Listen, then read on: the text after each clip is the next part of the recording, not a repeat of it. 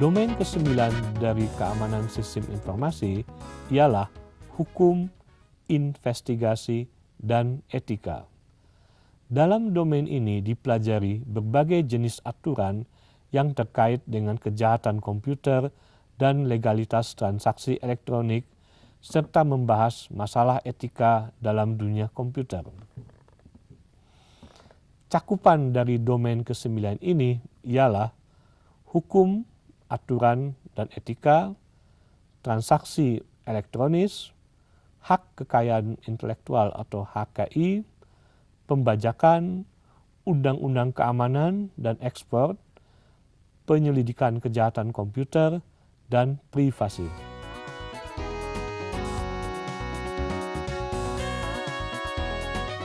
Sebagai ilustrasi dari domain ke-9 ini ialah pemanfaatan fasilitas kantor untuk keperluan pribadi. Apakah para pegawai diizinkan menggunakan email kantor? Apakah para pegawai diizinkan menggunakan fasilitas internet lainnya? Lalu, apakah kantor berhak untuk membaca email milik pegawai tersebut?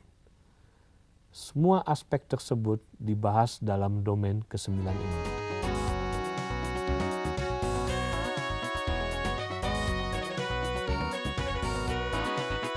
Domain ke-10 ialah keamanan fisik.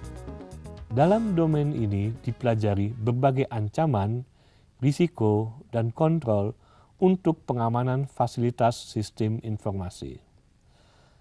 Cakupan dari domain ke-10 ini ialah kawasan terbatas, detektor pergerakan, bunker, pencegahan dan pemadaman api, pagar, peralatan keamanan, alam, serta aspek-aspek keamanan fisik lainnya.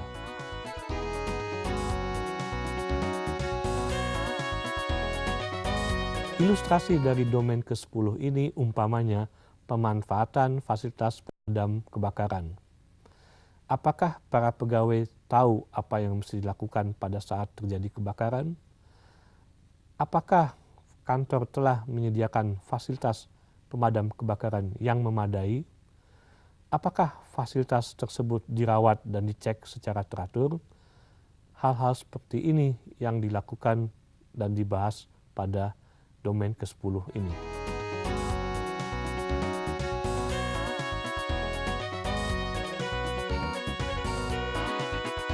Domain terakhir dari keamanan sistem informasi ialah audit.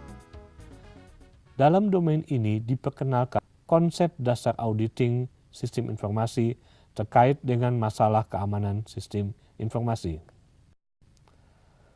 Cakupan dari domain ini ialah rencana pengauditan, kendali pengauditan, tujuan pengendalian, metode yang akan digunakan, testing, pengumpulan bukti, serta teknik audit berbantuan komputer.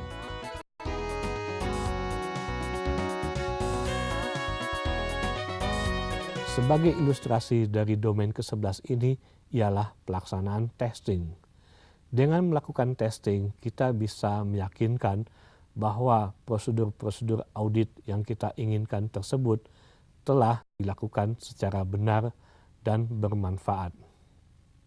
Sebagai penutup, diilustrasikan bagaimana memelihara keamanan sebuah sistem berbasis Debian GNU Linux. Pertama-tama, kita harus selalu mendapatkan informasi terakhir mengenai keamanan sistem tersebut. Hal tersebut dapat dilakukan dengan berkenan sebuah mailing list, yaitu Debian Security Announce. Informasi lebih lanjut dapat dilihat di http://list.debian.org. Berikutnya, setelah mendapatkan informasi terakhir mengenai security, tentunya kita harus segera melakukan update terhadap masalah security tersebut.